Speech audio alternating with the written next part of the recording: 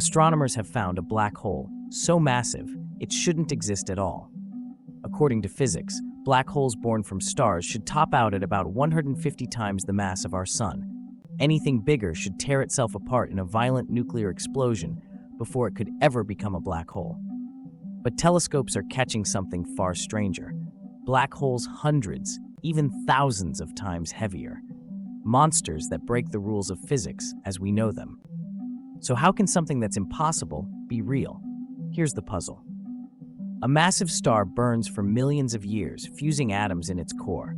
When the fuel runs out, gravity wins. The star collapses inward, and if it's heavy enough, it becomes a black hole. But there's a hard limit. Between about 50 and 150 solar masses, stars become unstable. Instead of collapsing, they explode in what's called a pair instability supernova. A blast so powerful, it leaves nothing behind. Not even a black hole. That's why, for decades, astronomers believed nature had a strict upper bound. No black hole bigger than a few hundred suns should exist. And yet, the universe keeps proving us wrong. The discoveries hinted at a missing link. Objects too big to be explained by normal stars, too small to be the supermassive giants at galactic centers. They're called intermediate mass black holes. Think of them as cosmic teenagers, awkward, rare, and difficult to catch in the act. For years, they were almost mythical. Some scientists doubted they existed at all, but evidence began to surface. Dense star clusters, where gravity crushes thousands of stars together, could act as breeding grounds. Smaller black holes merge again and again, stacking mass until something far larger emerges. Gravitational wave detectors like LIGO have even picked up ripples in spacetime from black hole mergers that suggest intermediate masses. It's like catching whispers of a giant in the dark, too faint to see, but too strange to ignore.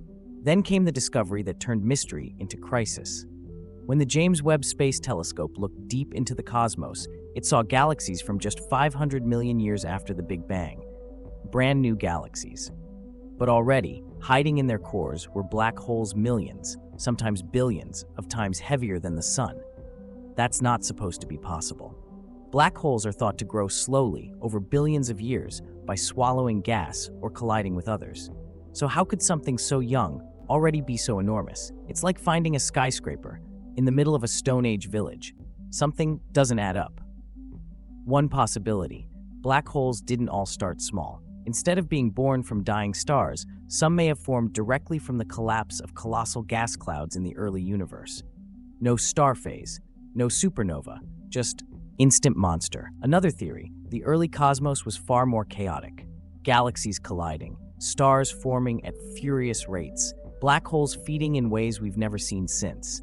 They could have grown at breakneck speed, gorging on matter in ways that defy what we see today. And if that's true, maybe the rules we think are absolute are only local. Maybe the early universe played by a different set of laws. If intermediate and ancient monster black holes really exist, the implications are huge. It would mean black holes weren't just byproducts of stars and galaxies. They were architects, sculptors, the seeds that galaxies grew around. Imagine that. The very first galaxies might not have formed and then gained black holes. Instead, black holes may have come first, pulling matter together to form galaxies around them. In that case, the universe as we know it was shaped by things that shouldn't even exist. So the next time you see a picture of a faraway galaxy, remember, hidden in its heart could be a black hole so massive, it breaks the very rules of physics. And if black holes this big are real, what else is lurking out there, waiting to overturn what we think we know? Subscribe for weekly journeys beyond light years.